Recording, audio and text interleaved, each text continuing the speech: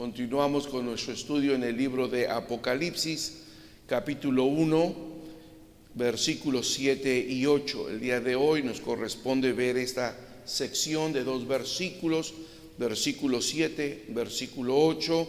Estaremos hablando acerca de la manifestación visible del retorno de Cristo.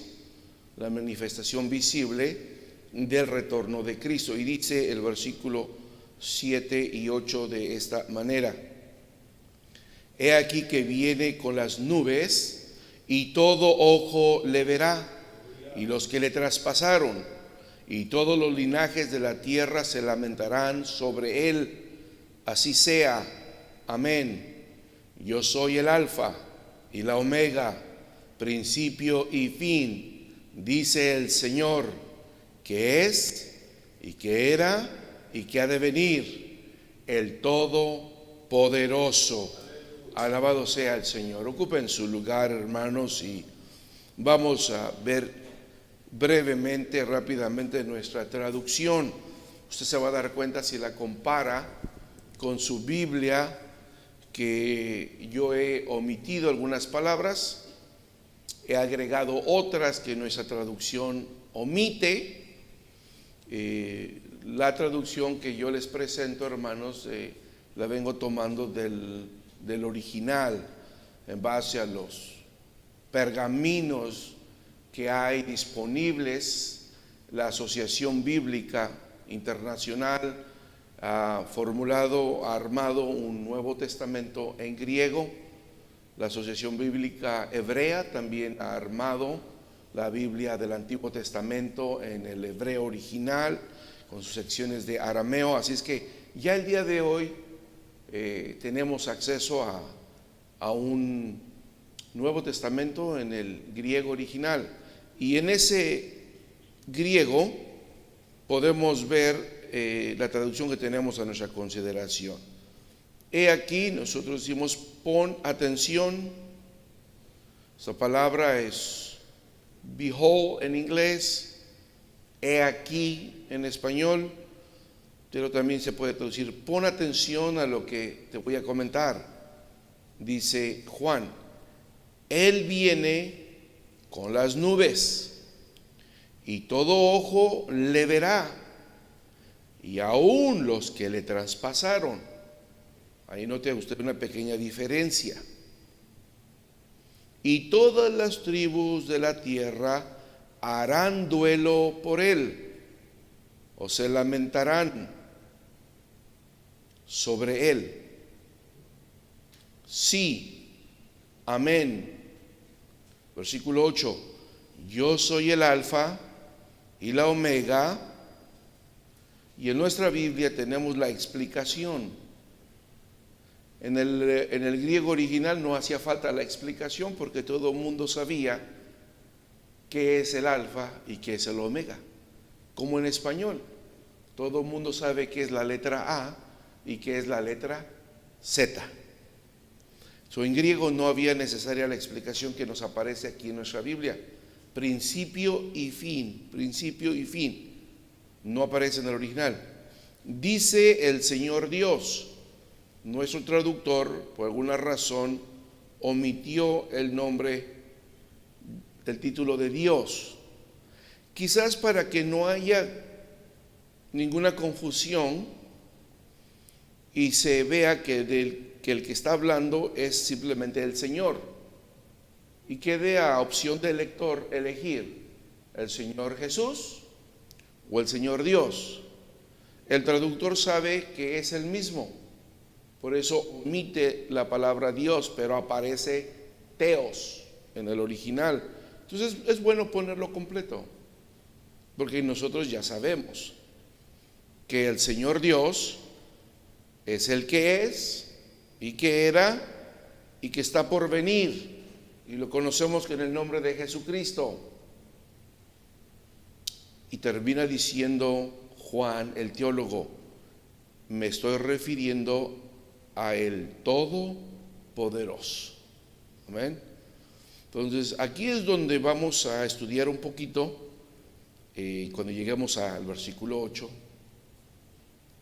porque debemos de tener muchísimo cuidado a la hora de interpretar este texto sobre quién es el Todopoderoso, porque solamente hay lugar para un Todopoderoso, no hay lugar para dos todopoderosos, no hay lugar para dos gobernantes extremos o máximos gobernantes, no hay lugar para dos generales, dos capitanes, ¿me explico? Entonces ahí donde debemos tener mucho cuidado de cómo explicarlo, sobre todo porque hay congregaciones cristianas que ellos le dan una aseveración directa a este título y solamente se lo aplican a Dios Padre. Pero entonces tenemos que entender de quién se está tratando aquí, del que está por venir. Estamos hablando de la profecía del retorno de Cristo.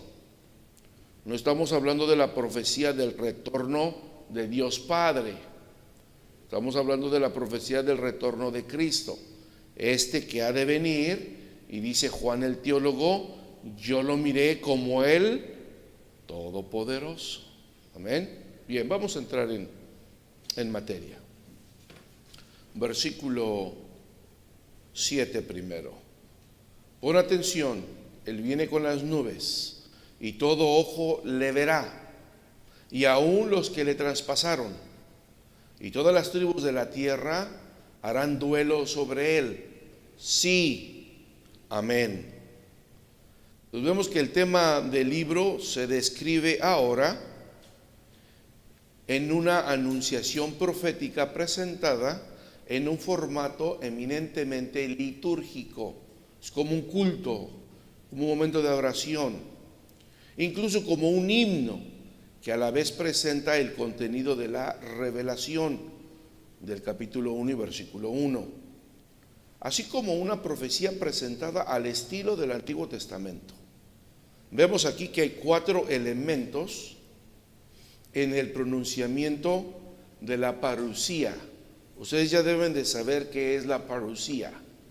La parusía es esa palabra griega que manifiesta el advenimiento glorioso de Jesucristo al fin de los tiempos. Siempre que hablamos de la parusía, usted tiene que pensar que la parusía es el advenimiento glorioso de Jesucristo al fin de los tiempos, que es advenimiento, la venida.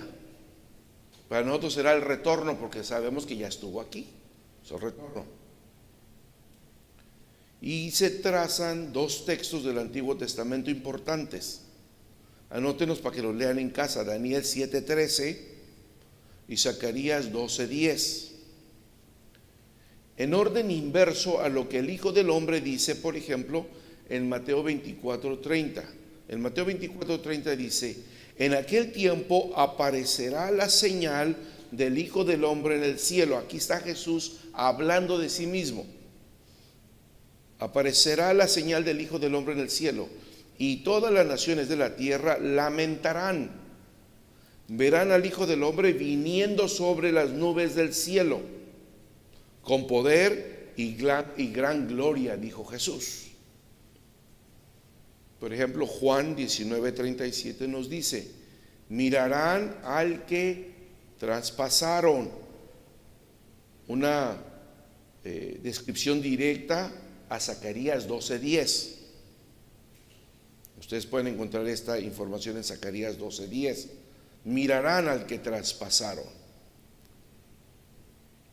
Entonces aquí la imagen que proyecta Daniel, hermanos, de venir o de venir con las nubes del cielo, tiene precedencia seguida por la de Zacarías. Se menciona obviamente en Mateo, pero antes de Mateo la tenemos en Zacarías. Mirarán a mí, a quien traspasaron, y llorarán por él. Dese cuenta en este juego de palabras. Dios está revelándole profecía a Zacarías. Dios el Padre dice: mirarán a mí, a quien traspasaron. Está Dios revelándole la profecía a Zacarías. Y después habla en tercera persona y dice, llorarán por él. ¿Por qué Dios está hablando en esos términos? A ver, analicemos un momento. Dios le revela a Zacarías, mirarán a mí en aquel día, mirarán a mí a quien traspasaron. Coma, inmediatamente ahora habla en tercera persona, llorarán por él. ¿Cómo podemos nosotros compaginar esto? Bueno, nos está demostrando que la naturaleza divina del Señor Jesús, en su naturaleza divina, Jesús era Dios, el Padre eterno. Y en su naturaleza humana, era un ser humano descendiente de la familia de David. Entonces, en su divinidad dice, mirarán al que traspasaron. A mí me traspasaron. Y llorarán por el cuerpo de Cristo, o llorarán sobre el cuerpo de Cristo, porque lo mirarán. A Dios no puede ser visto, pero al que verán retornar en el futuro es a Cristo. Se van a llorar sobre él, porque les mostrará las huellas de la crucifixión. Sí, hermano, adelante.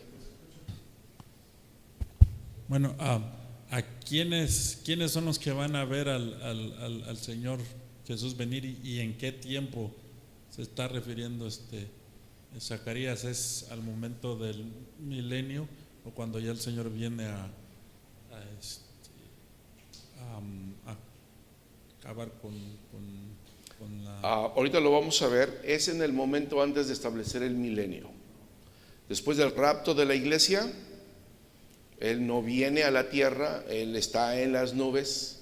Nosotros vamos hacia Él en el rapto, estamos con Él, las bodas del Cordero, el juicio de Cristo, donde es para galardonar, no para castigar, y después retornamos con Él. Cuando Él retorne con las nubes, es este periodo, y entonces vamos a tener que aclarar esto, porque dice que todo ojo le verá.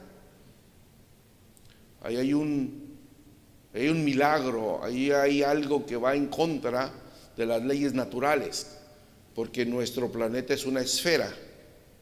Si Cristo viene aquí, ¿qué pasa con las personas que están de este lado de la esfera del mundo? Bueno, la Biblia dice que todo ojo le verá. Hay que explicar eso. Otra cosa, cuando Cristo retorne, quienes lo traspasaron físicamente hace 2000 años, ¿estarán vivos o estarán muertos? Pues ya están muertos. Dice, aún los que le traspasaron lo verán. ¿Cómo lo van a ver si ya están muertos? Ahorita vamos a llegar ahí, vamos a tratar de explicar las diferentes posturas que hay y nuestra postura para explicar ese texto, para no meternos en problemas y tratar de explicarlo a la luz de las Escrituras. Bien, en el pasaje que vemos aquí de Zacarías, nos habla acerca de que todo ojo le verá también. Aquí la imagen que se está proyectando, Zacarías dice, mirarán a mí a quienes traspasaron. Y luego el que le está revelando a Zacarías la profecía, dice, llorarán por él. ¿Sí? Entonces ya acabo de explicar eso. El pasaje de Daniel habla de aquel como un hijo del hombre, de Cristo como un representante legal de toda la humanidad. En otras palabras, Cristo murió a favor de toda la humanidad, y así descenderá del cielo a favor de toda la humanidad, o para causar castigo y juicio a toda la humanidad. Este Hijo del Hombre que vendrá para establecer un dominio eterno en gloria y poder soberano. Eso lo vamos a encontrar en Daniel 7:14 y gloria y poder en Daniel 1:6. La frase que ha de venir con las nubes es tomada del Antiguo Testamento, donde dicho fenómeno se asocia en forma común o casi siempre con la presencia de Dios. Y a ver, hermano Gustavo, por favor, léanos Éxodo 13:21, y hermana Tania, Mateo 17:5, por favor. Dice así la palabra de Dios, Éxodo 13:21. 21 y 22, por favor. Amén. Y Jehová iba delante de ellos de día en una columna de nube para guiarlos por el camino, y de noche en una columna de fuego para alumbrarles, a fin de que anduviesen de día y de noche. Amén. Nunca se partió de delante del pueblo la columna de nube de día, ni de noche la columna de fuego. Amén. Bien. Vemos esta asociación entonces, la presencia de Dios y la columna de nube que cubría. La columna de nube no era una columna de nube parada así, sino era una columna. Cuando van caminando 1,000,000 de personas y miran la columna, pero sobre sus cabezas, porque les cubría del sol. Ese era el propósito, que les cubría del sol. Y la columna de fuego era para que alumbrara su camino por si caminaban de noche. Pero las nubes se asocian siempre aquí con Dios. A ver qué dice Mateo 17:5. Amén, para la gloria de Dios.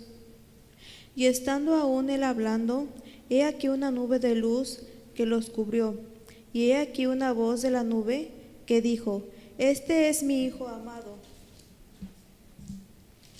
en el cual tomo contentamiento, a él oíd. Amén, Dios le pague. En base a estos versículos y a otros que hay en Éxodo 16:10 y en Daniel 7:13, pudiera ser que las mencionadas nubes no sean las comunes nubes que aparecen en el firmamento cada día, sino más bien nubes sobrenaturales asociadas con la inmediata presencia de Dios, como la que apareció en Éxodo y como la que apareció en Mateo 17:5. ¿Sí? Es muy posible que no son nubes comunes, sino sobrenaturales, formadas a la vista de los hombres para presentar algo natural a través de un fenómeno que es contra naturaleza. ¿Pero por qué? Porque tiene que ver con Dios y la presentación de Dios. De cualquier manera, hermanos, como lo veamos, una nube natural entre la cual viene el Señor Jesús, o una nube sobrenatural en la cual viene el Señor Jesús, la venida de Cristo se anuncia en los evangelios y en el Apocalipsis como cumplimiento de la profecía veterotestamentaria. Cuando decimos esta palabra veterotestamentaria, estamos hablando de del testamento del antiguo tiempo, y en consonancia con la promesa hecha por el mismo Señor Jesucristo en Mateo 24:30 y en Marcos 13:26. La venida en gloria de Cristo, según Mateo 24:29, tendrá lugar inmediatamente después de la tribulación de aquellos días. Cuando se termine la tribulación, Cristo aparece en las nubes con los santos, con su iglesia, y viene a establecer el reino milenial. Dicho acontecimiento será presidido por un periodo de juicio que afectará a toda la humanidad. Y para eso ustedes pueden leer Mateo 24, del 1 al 28 ahí en casa. La verdad fundamental del texto es incomparable, porque Él viene con las nubes, es decir, con majestad y gloria. Él viene de un modo diferente de cómo vino la primera vez, muy diferente. Cuando vino la primera vez, nació en un humilde pesebre. No tuvo lugar para nacer en el mesón. Mientras los reyes de la tierra nacían en palacios, él nació en un humilde lugarcito. Vivió una vida sencilla. Ahora nada que ver. Ahora viene rodeado de las nubes, en majestad y en gloria, mostrando su poder, su divinidad, su honra y su honor. Así es que la segunda afirmación que hace Juan sobre el versículo 7 es: y todo ojo le verá. Número 1, viene con las nubes. Segunda afirmación, viene y todo ojo le verá. ¿Cómo vamos a arribar a la interpretación de este texto? Bien, esta frase es tomada de Zacarías 12, 10 al 12, que ya le di lectura, ya lo vimos, donde dice que mirarán a mí a quien traspasaron, en cuyo entorno se describe el arrepentimiento futuro de la nación de Israel, y tanto Jerusalén como la nación serán restauradas y elevadas a un lugar de honor. Porque ya que vean que si hoy viniera Cristo, hoy al verlo se darían cuenta que hace 2000 años crucificaron al Mesías, crucificaron al Hijo del Hombre, al Hijo de Dios, y entonces se lamentarán, llorarán de luto. Es como que se les murió alguien, pues lo mataron. Entonces al verlo van a llorar, se van a arrepentir. Y entonces el arrepentimiento de la nación de Israel restaurará su relación con Dios. Pero esto pasa después de ¿qué? De la gran tribulación, antes de que se efectúe o se implante el reino milenial. Amén. Sí, hermano David. Hermano, nos está comentando que después de la gran tribulación viene el Señor Jesús, y ahí es donde todo ojo le verá y establecerá su reino, ¿verdad? Así Estoy entendiendo así. ¿En dónde queda el evento del Armagedón? Del Armagedón. Ajá, cuando el Señor dice que pone, bueno, la palabra de Dios dice que pone un pie en el monte y otro en el valle, y con su palabra, ¿verdad?, destruye a sus enemigos. Pero en donde, si después de la tribulación viene el Señor a poner su reino en la tierra, ¿dónde queda este suceso? A partir del capítulo 6 de Apocalipsis vamos a ver los eventos más en detalle y de una manera más cronológica. Aquí en Apocalipsis pasa algo similar a lo que pasa en Génesis. Génesis capítulo 1 viene la creación y nos la describe en términos generales. Si vas a Génesis capítulo 2, empieza detalladamente a explicar algunos datos que fueron omitidos en el capítulo 1, y hasta pareciese como que hubo dos creaciones, pero no, porque en el capítulo 2, por ejemplo, ya habla de que Dios creó al hombre y a la mujer a su imagen y semejanza, pero gracias al capítulo 1 nos damos cuenta que no fueron creados al mismo día, ¿verdad? No fueron creados al mismo tiempo. Pero el capítulo 2 ya te habla de que el hombre fue creado, el hombre y la mujer fueron creados a su imagen y semejanza. Lo mismo pasa en Apocalipsis. Aquí esos dos versículos solamente quieren afirmar el retorno visible de Cristo, que es eminente, que es hermoso, que es maravilloso y que es muy diferente a como vino hace más de 2000 años. Los detalles ya los vamos a ver a partir del capítulo 6, pero para adelantarte un poquito, hermano David, cuando Él viene a establecer el reino milenial, es el momento culminante de los 7 años de gran tribulación, y está en vivo, está en ese momento la guerra del Armagedón. Israel está perdiendo la batalla, y una batalla a muerte. La sangre de las personas sube hasta el cuello de los caballos, dice, y aparece Cristo, destruye a los enemigos de Israel, establece el milenio, se muestra ante Israel. Israel se da cuenta que mataron a Cristo hace más de 2000 años, se rinden a sus pies y lloran y se lamentan que han sufrido todo este tiempo, así como están sufriendo ahorita. Sí, exactamente ahorita como están sufriendo por esta guerra que hay, no tendrían necesidad de estar pasando por este momento si ellos hubieran aceptado a Cristo hace más de 2000 años cuando Él vino. Entonces todavía les falta mucho por sufrir, hermano David, pero en la cúspide del sufrimiento y de la muerte, Cristo viene a restaurarlos por el pacto davídico y abrámico. Va a cumplir su pacto, pero es en ese momento antes. ¿Ok? Bien, vamos adelante.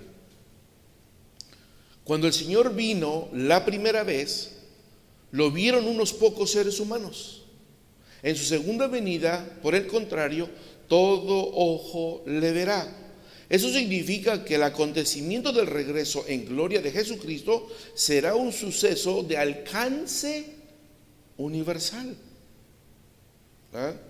Y hay muchas especulaciones cómo se va a llevar a cabo esto. Inclusive hay quienes se atreven a decir que cuando Cristo descienda y ponga un pie en el monte de las Olivas y otro en el valle, que esos son aspectos simbólicos.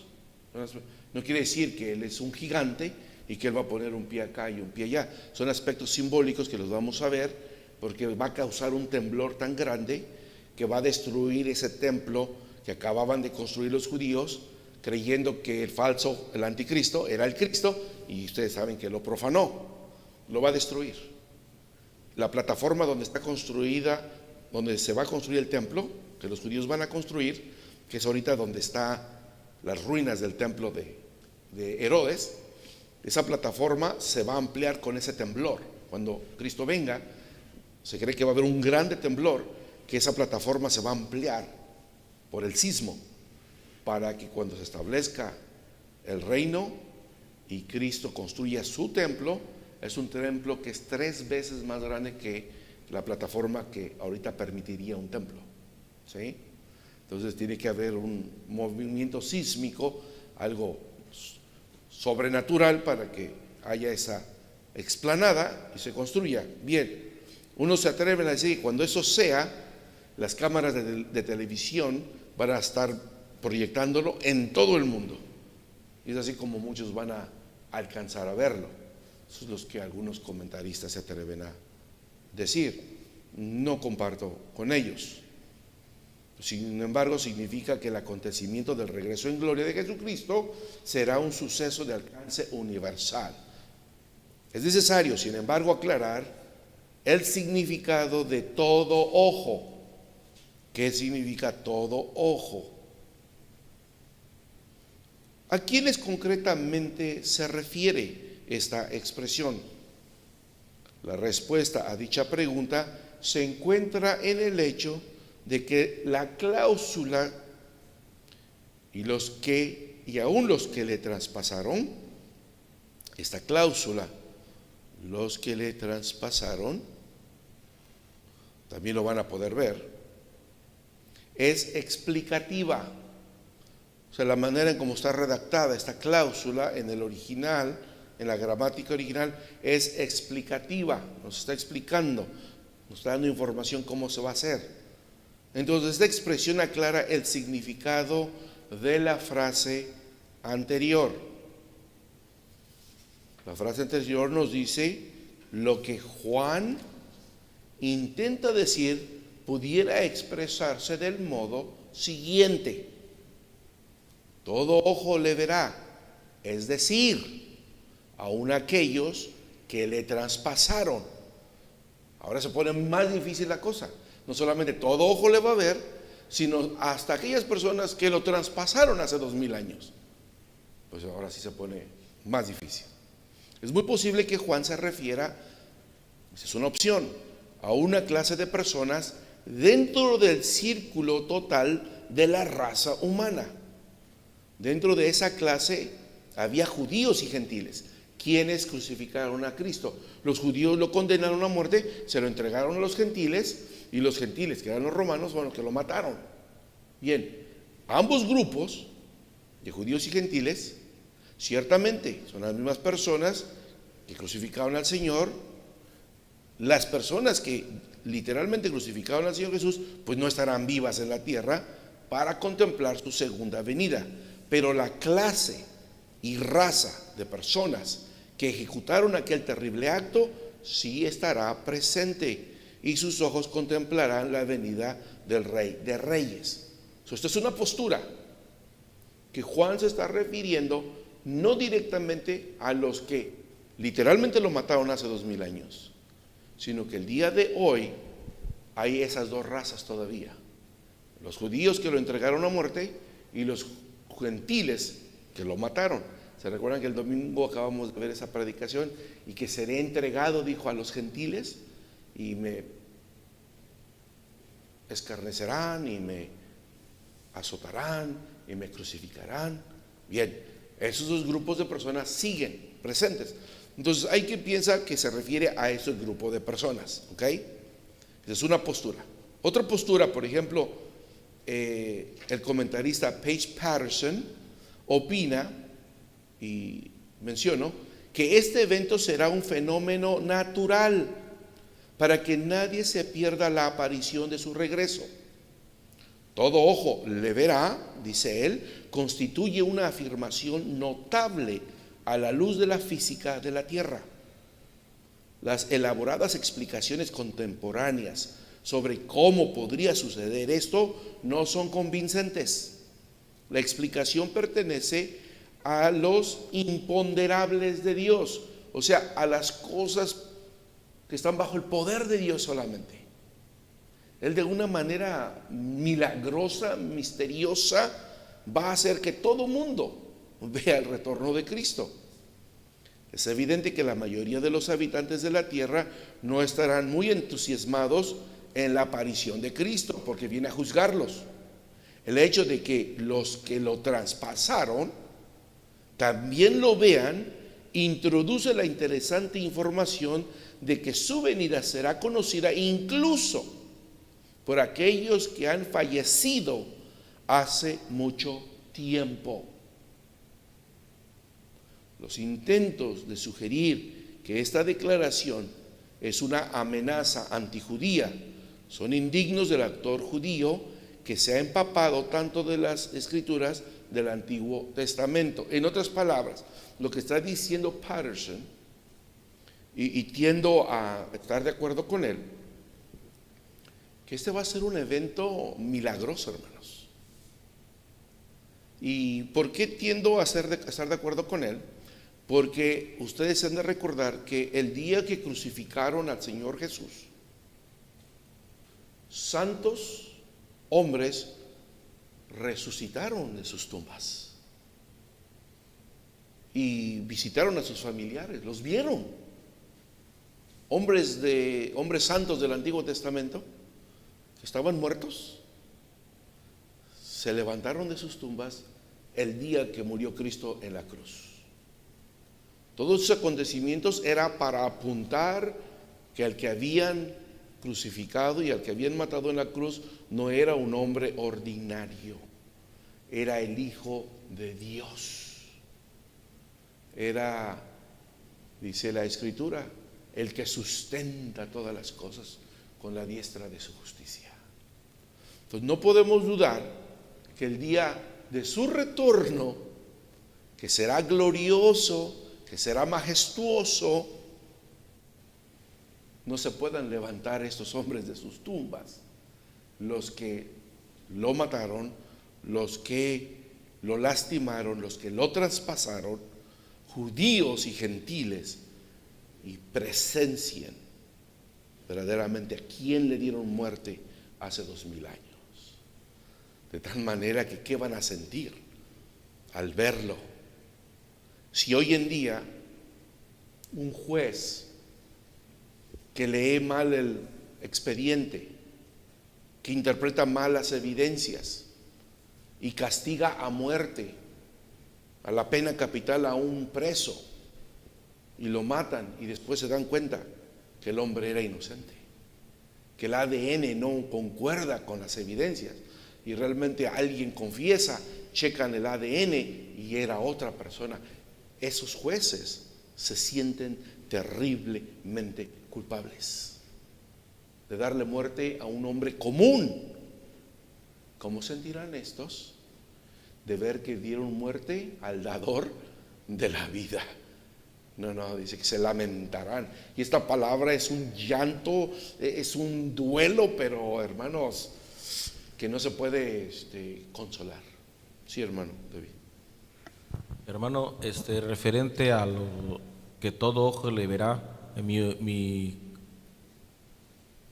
vamos a decir así, algo literal que yo pueda pensar es, está bien, creo que lo que dice usted que resucitará, podría pasar eso, que resuciten los que lo traspasaron, pero también yo podría tener una conclusión literal de que cuando el Señor Jesús venga y todo ojo le va a ver, se manifestará su omnipresencia del Señor y podría ser visto en todo el mundo por su omnipresencia. También puede ser visto en todo el mundo. Sí, Claro. porque Dios, dijo usted ahorita, es algo extraordinario que va a pasar, entonces Algo sobrenatural. sobrenatural, entonces podría ser que el Señor manifieste su omnisciencia en su venida y Puede todo ser. ojo le puede ver. Sí. La otra cuestión a los que se podría pasar que resuciten, podrías pensar yo literalmente que cuando la palabra de Dios muestra ahí creo que es en Pedro, que el Señor fue hasta el infierno y predicó a los espíritus encarcelados y dice que, bueno, entonces podría yo pensar que el Señor, como su omnipresencia, aún se manifiesta debajo del mar, de la tierra, o sea, su omnipresencia está en toda la tierra, dentro y fuera. Entonces podría yo pensar que el Señor, inclusive donde estén ellos Ajá. durmiendo, exacto, ahí pueda llegar el conocimiento de que Cristo. y ellos pueden abrir venido. los ojos, digamos, y ver, podría ser eso. Son muchas cosas que pudiéramos nosotros llegar a hacer conjeturas. Esa es simplemente una explicación, no necesariamente. La Biblia dice que así será, pero de que todo ojo le verá. Y como dice la Escritura, aún, porque esa es la palabrita que nos falta a nosotros aquí en nuestra traducción, donde dice el versículo, dice, y todo ojo le verá, y los que le traspasaron. Ahí nos falta una palabrita, y aún los que le traspasaron. Eso está afirmando que de alguna manera los que le traspasaron van a saber del retorno de Cristo. ¿Ok? Porque eso va a ser así. ¿Sí? Entonces la segunda postura, hermano, es que existe la posibilidad que tanto vivos como muertos vean al Señor. De menos perciban el retorno de Cristo, sí. O sea, es algo tremendo, ¿no? Porque, pues, ¿cómo van a...? Dice, aún los que lo traspasaron. Va a tener que ser algo sobrenatural, hermano. Como esos santos que se levantaron de sus tumbas y se dieron cuenta de que le habían dado muerte al Señor Jesús, al Mesías. Otra cosa, no me quiero salir del tema, pero mencionaba el texto, hermano David, de Pedro, que dice que el Señor fue y le predicó a los espíritus que estaban encarcelados en los tiempos de Noé. Ajá. Sí, pues hay controversia. Hay controversia sobre esa interpretación, ajá. Y no se da a entender como que en este tiempo él fue, después de su muerte. Puede interpretarse que a lo mejor a través del siervo de Dios, Moisés, el tiempo de Noé fue el que... El Espíritu de Cristo estaba... Sí. Bueno, Sí, lo mismo sucede también con el texto que tenemos, por ejemplo, el que dice, de cierto te digo, en nuestra Biblia dice, que hoy estarás conmigo en el paraíso. Sin embargo, en el original no aparece una coma. Y en nuestro español ya aparece la coma. Entonces, si ponemos la coma, de cierto te digo hoy, coma, que estarás conmigo en el paraíso, es un significado completamente diferente. Y si pongo la coma, de cierto te digo que hoy, coma, estarás conmigo en el paraíso, entonces, depende de donde la ponga uno, es como quiere decir, te digo hoy o te digo que hoy estarás conmigo en el paraíso. Pero en el original no hay coma. Entonces, ¿cómo la interpretamos? Bueno, quitémosle la coma a nuestra traducción en español y puede ser más claro que diga, de cierto te digo que hoy estarás conmigo en el paraíso. O sea, la promesa se le hizo en ese momento, una promesa futura. Pero cuando Dios promete algo, es porque Él lo va a cumplir. Bien, vamos adelante. Daniel 7, en uno de sus pasajes más utilizados de este libro, y deja de ver una fuerza ahí fundamental utilizada aquí en el Apocalipsis, centróse en un reino eterno establecido por Dios. Zacarías 12, 10 al 14, predice el arrepentimiento de Israel con cada elemento de la nación. Por eso es que incluye tribu, clan o familia, llorando y lamentándose por aquel a quien traspasaron, por lo que dice el texto, y todos los linajes de la tierra. Ahí literalmente está diciendo, y todas las tribus de la tierra, por hablar de raza e idioma y cultura. Todos se van a lamentar, todos van a llorar, a estar de luto por ver a Cristo al que ellos traspasaron. La clave está en el versículo 12, versículo 10. Derramaré sobre la casa de David, esto es Zacarías, derramaré sobre la casa de David y sobre los habitantes de Jerusalén un espíritu de gracia y de súplica. ¿Okay? Eso viene ahí el arrepentimiento de Israel. Si este es el caso de Zacarías, entonces el término copto, que es golpearse el pecho en símbolo de aflicción, o sea, hacer lamentación o llorar, o llorarán, aquí en el versículo 7, también podría referirse a lágrimas de arrepentimiento. Y Juan podría estar basándose en esto para indicar la conversión de las naciones. No solamente Israel, sino las naciones ahora reemplazan a Israel por todos los pueblos de la tierra. Otros argumentan sobre esta base que mirar y lamentarse por él no necesariamente significa remordimiento a la luz del juicio inminente, sino dolor penitencial. Algunos creen que el añadido, o sea, penitencial quiere decir un dolor porque ya el Señor va a hacer juicio, porque los va a castigar, ¿verdad? Pero el dolor todavía, el juicio todavía no es. Primero son los 1000 años de paz del milenio y después ya viene el juicio del trono blanco, donde es el juicio para la condenación. Así es que no aceptamos esta argumentación de algunos que dicen es como un tipo de remordimiento porque pues les viene un juicio. No, todavía no les viene un juicio, son 1000 años de paz. Algunos creen que cuando se habla de todas las tribus de la tierra está haciendo alusión a Génesis 12:3 e introduce la idea de las bendiciones de las naciones en el pacto abrámico. Y puede ser, porque le dijo a Abraham, en tu gente, en tu descendencia, todas las naciones del mundo serán benditas. Entonces, al retorno de Cristo, sí, todas las naciones van a ser bendecidas por 1000 años de paz, seguridad y prosperidad. Es posible que también entre ahí. Y luego seguimos, y todos los linajes de la tierra harán lamentación por él. Sería mejor traducir, y todas las tribus de la tierra lamentarán sobre él o lamentarán por él. ¿Sí? Esa es otra traducción. Esta cláusula pudiera muy bien referirse a la nación de Israel que en los postreros días se convertirá a Dios y reconocerá a Jesús como su Mesías. Sin embargo, no querramos de estos dos versículos sacar todo lo que vamos a sacar del capítulo 6 en adelante.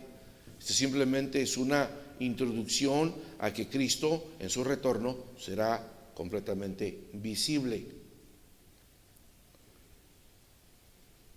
Todas las tribus de la tierra de alguna manera estarán representadas en el retorno de Cristo. Y no solamente los judíos, sino los gentiles se lamentarán, se arrepentirán de que no aceptaron a Cristo cuando Él vino. Aún los gentiles, en el momento en que vean que Cristo retorna, y todo el mundo para entonces habrá escuchado de menos en alguna ocasión del Evangelio, se darán cuenta que lo que predicábamos y compartíamos era verdad, pero demasiado tarde para ellos, demasiado tarde.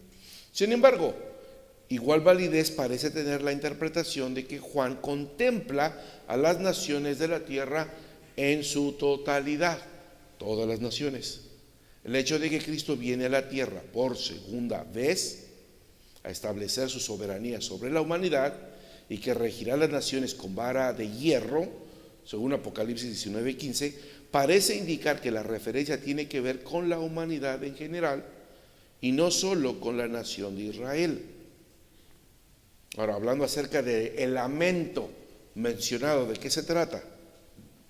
Tendría que ver esto quizás con la desesperación y la ansiedad que inundará el corazón de quienes por haber rechazado a Cristo ahora se dan cuenta que sufrirán una pérdida irreparable.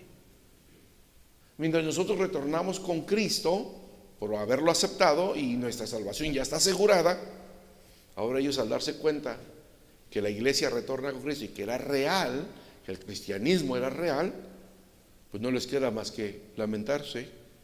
Dentro de poco tiempo, lo único que les espera es la muerte y desesperación. Sea como sea, ambas interpretaciones que provienen del versículo 1, donde habla de la revelación de Jesucristo, que Dios le dio para manifestar a sus siervos las cosas que deben de suceder presto, es una referencia a la manifestación futura del Mesías a la nación de Israel. Eso es definitivo.